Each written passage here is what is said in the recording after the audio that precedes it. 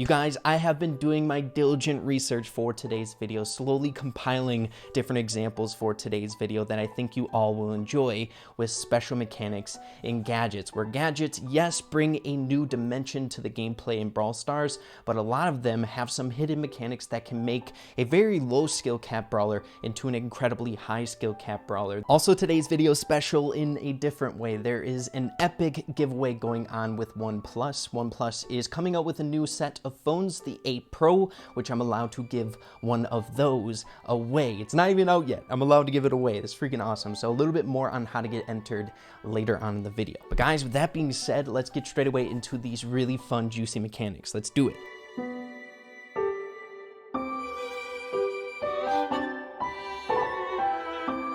Now, the very first one that I want to share with you all is something that just popped up as of recently, and it's on my favorite brawler, the Creature of the Night. His gadget can be used in a very fun way. Now, a really good pro player, buddy of mine, Raven of 8, sent this to me, as well as someone tweeted out a really good example of it on Twitter, which I'll be showing you. So the footage that we're going to be using of this mechanic with Mortis is from Real Canadian. He's an incredible pro player in the Brawl Stars community. Make sure to go check out his link in the description down below. We're going to be reviewing the mechanic as well as trying to use it as a template to do it in game as well. So guys, you'll have to forgive the quality of Twitter videos. It's so weird, they take forever to buffer, but you'll see the mechanic here. As you can see, he dashes and uses his gadget at the same exact time. Now, it's incredibly hard to pull off. It's going to take some practice, which I am so floored about, guys. Beforehand, I feel like Dynamite was the only brawler that really took a lot of practice to get down certain mechanics. Now, as you can see, if we slow it down, there's only one damage value that comes up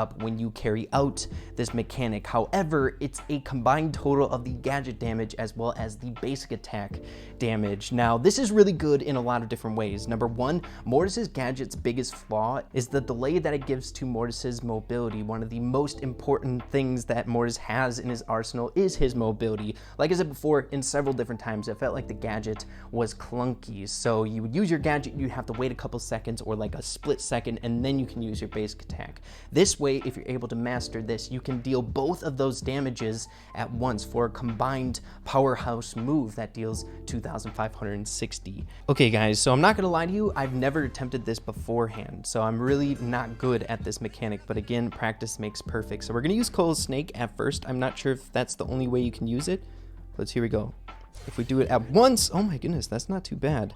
But do you need 2 fingers to do it? Because the way I did it there was with one thumb on my attack button and the other thumb, my left hand, on the gadget.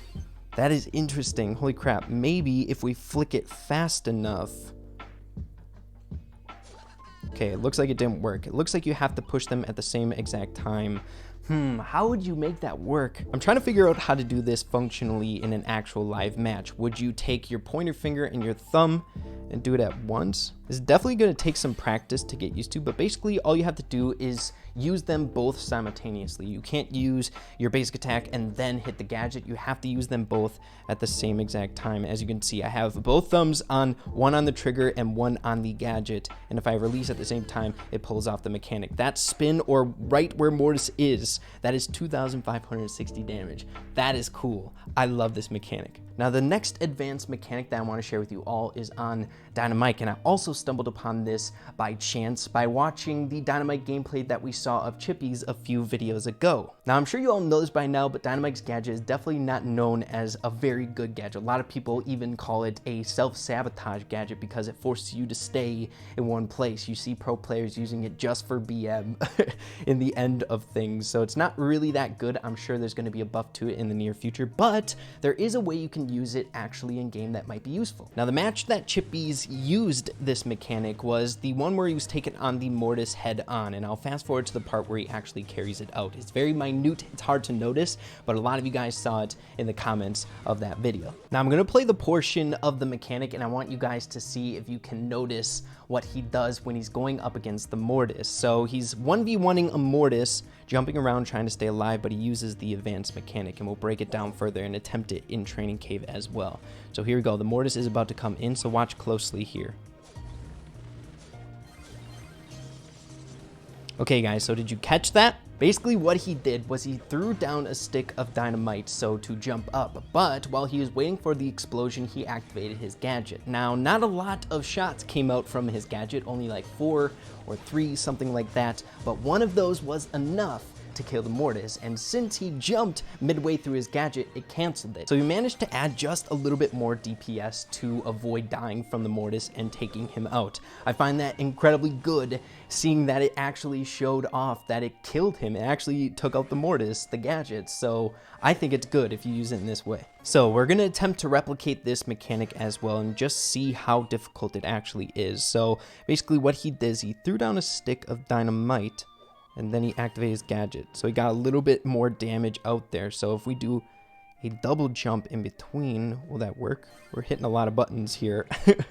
So it doesn't seem like it's possible to do a double jump in the meantime, but again, I'm not a god with Dynamite. I'm sure if it is possible, a Dynamite pro player out there can do it. But if you're going into a fight and you have the intention of using this mechanic, you can actually get off quite a bit of sticks from the gadget before it's interrupted. So if you do it right away, you can actually get a lot out of there. So if someone's pressuring in on you, you can take that out. And in the end, the gadget just only adds DPS and doesn't hinder your mobility like it normally does. So really good mechanic. Now, before we get any further into today's video, I want to let you all know about the exciting giveaway that OnePlus is allowing us tribe guys to hold here. Now, you all know how much I love OnePlus. It is literally my walk around phone. It is so much fun to play Brawl Stars on, to the point where I'm not very good on my iPad anymore. I just play on my phone most of the time. So really epic phones. And the exciting news is that they're coming out with their new series, the 8 series, which we're allowed to give away. So the phone all 8 of us are going to be giving away is the 8 Pro. It's a stellar device that I'm sure any of you guys would enjoy thoroughly. Now, it's been staggered. I believe Kairos and Ben and Lex have already given their phones away, but mine is today. All you gotta do is make sure to check out the link in the pinned comment for more information how to get entered. It's super simple. All you gotta do is follow OnePlus and a few other simple steps, which will be outlined in the tweet. So best of luck to you all. Once again, OnePlus is fantastic for doing this.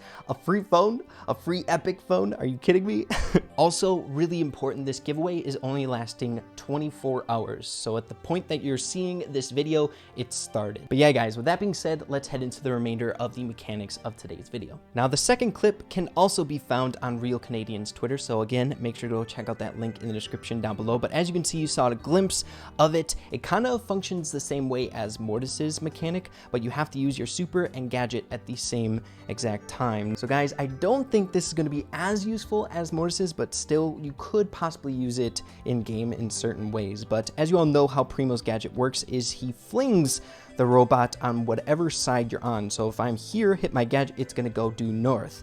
If I go here, it's gonna fling the robot west. So if we do this at the same exact time, also matching how far the robot is going to go, we can hand deliver the robot into a Primo slam in theory. So here we go, let's release at the same time.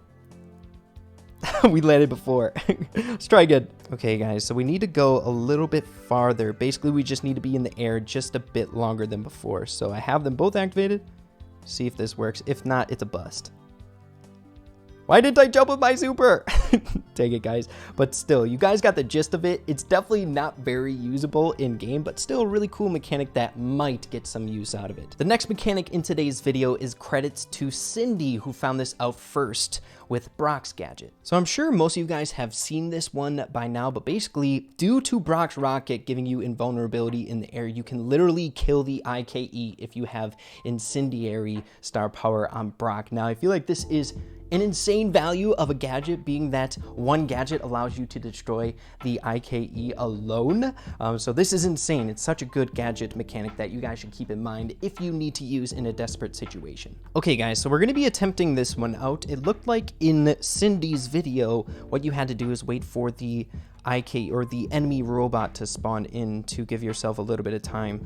But so having the robot spawn in here, so basically what you want to do is just ham auto aim as soon as you pass the red line and then rocket jump over. So we have to do this for every single gadget, and then the final one you're going to die without the gadget, but still you'll have enough firepower to destroy the IKE. That alone did 28% HP to the IKE. That's insane.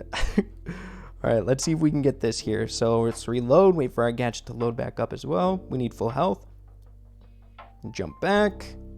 Guys, this was not difficult at all to pull off. And you all know in Siege, when people are distracted or are playing like super sweaty, they don't necessarily always look at the health. So if you slip away with Brock, was I able to get it there? Did I shoot too soon? Nope, we got it. That's insane. Brock can destroy the IKE by himself.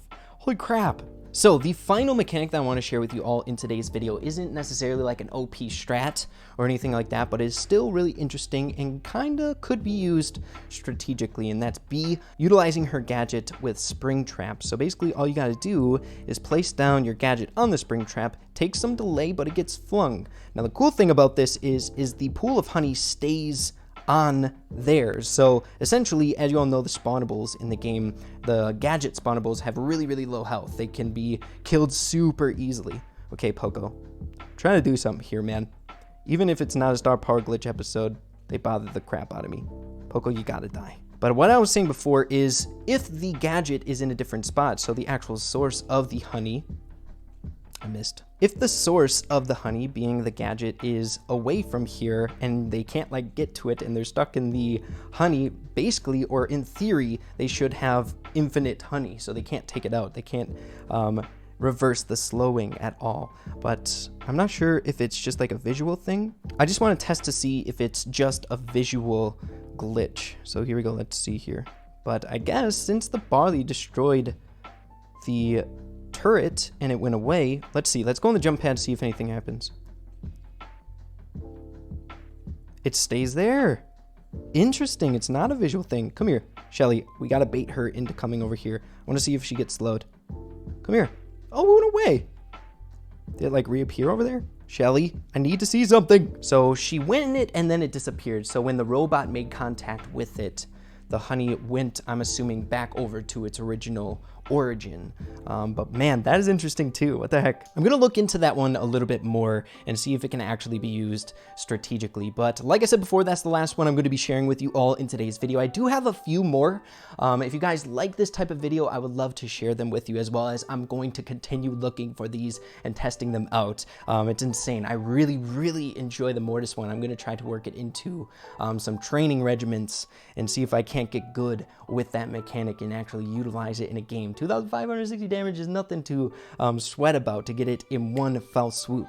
But yeah, guys, hopefully you all enjoyed today's video. If you did, make sure to slap a like on it. Good luck with the 1+ giveaway. But yeah, with that being said, make sure to keep having fun with Brawl Stars, and we'll see you in the next video. Peace out.